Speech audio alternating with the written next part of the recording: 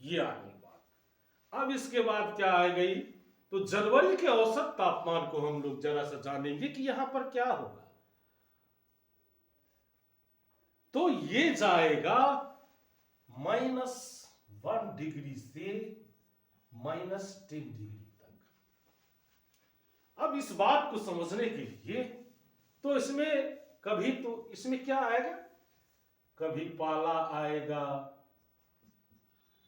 और बर्फ भी आएगा, इसको जान लीजिए। अब अल्पाइन की कोई बात नहीं है, इसमें 7 डिग्री से कम पर चले जाएंगे, 7 डिग्री से कम पर आ जाएंगे। तो ये सारी प्रक्रिया जो है सो चलती रहती है। तापमान में जो है मतलब जलवायु के अंतर्गत जो तापमान शब्द आते हैं, तो ये ऐसा तापमान का ये रूपरेखा है जिसको आप विस्तार से समझ सकते हैं कि व्हाट इज तापमान, तापमान क्या है, टेम्परेचर क्या है। तो इस बात को समझने के लिए अब दूसरी बात आ जाती है, यहीं पर हम बात कर लेते हैं सूर्य की प्रकाश। क्या बात आएगी, सूर्य के प्रकाश की। अब सूर्य के प्रकाश भी जरूरी है, इस बात को भी समझना जरूरी है।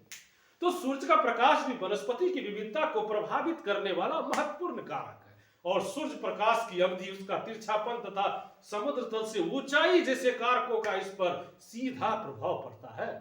तो गर्मी के मौसम में अधिक सूर्य प्रकाश मिलने से पेड़ पौधे अधिक बढ़ते हैं। अब इसी के क्रम में हम बात कर लेते हैं वर्षा की। तो अभी बात इसी पर चल रही है जलवायु पर, तो बरसन की बात कर लेते हैं जिसे वर्षा कहा जाता है। तो वर्षा की मात्रा वनस्पति को नमी उपलब्ध कराती है, और वनस्पति के उगने में नमी का क्या महत्व है कि जैसे जैसे वर्षा घटती या बढ़ती है वैसे वैसे वनस्पति में परिवर्तन होता है। तो पूर्वोत्तर राज्य में जहां बहुत अधिक वर्षा होती है वहां अत्यंत सघन वनस्पति और सदाबहार वृक्ष पाए जाते हैं।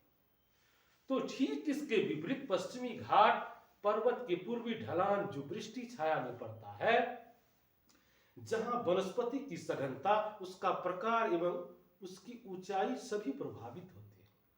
तो इसी तरह गंगा के मैदान में जैसे जैसे हम पूरब की ओर बढ़ते हैं तो वर्षा की मात्रा, उसकी अवधि घटती जाती है, और इसका प्रभाव वनस्पति की सघनता, वृक्षों की ऊंचाई तथा उसके किस्म पर देखने को मिलेगी आपको। तो वातावरण की गुणवत्ता को निर्धारित करने के लिए कार्बन डाइऑक्साइड की मात्रा को संतुलित करना, वर्षा को आकर्षित करना, मिट्टी अपरदन को रोकना, पत्तियों का खाद तथा मिट्टी की उर्वरता बढ़ाने आदि सारे महत्वपूर्ण कार्य हैं। तो वन उत्पाद भी उपलब्ध कराते हैं बहुत सारी चीज, जैसे कि हमें कीमती लकड़ियां, पशुओं का चारा, शहद, कत्था, जड़ी बूटियां आदि। तो इसके साथ साथ विभिन्न प्रकार के वन्य प्राणियों के लिए निवास स्थान भी है।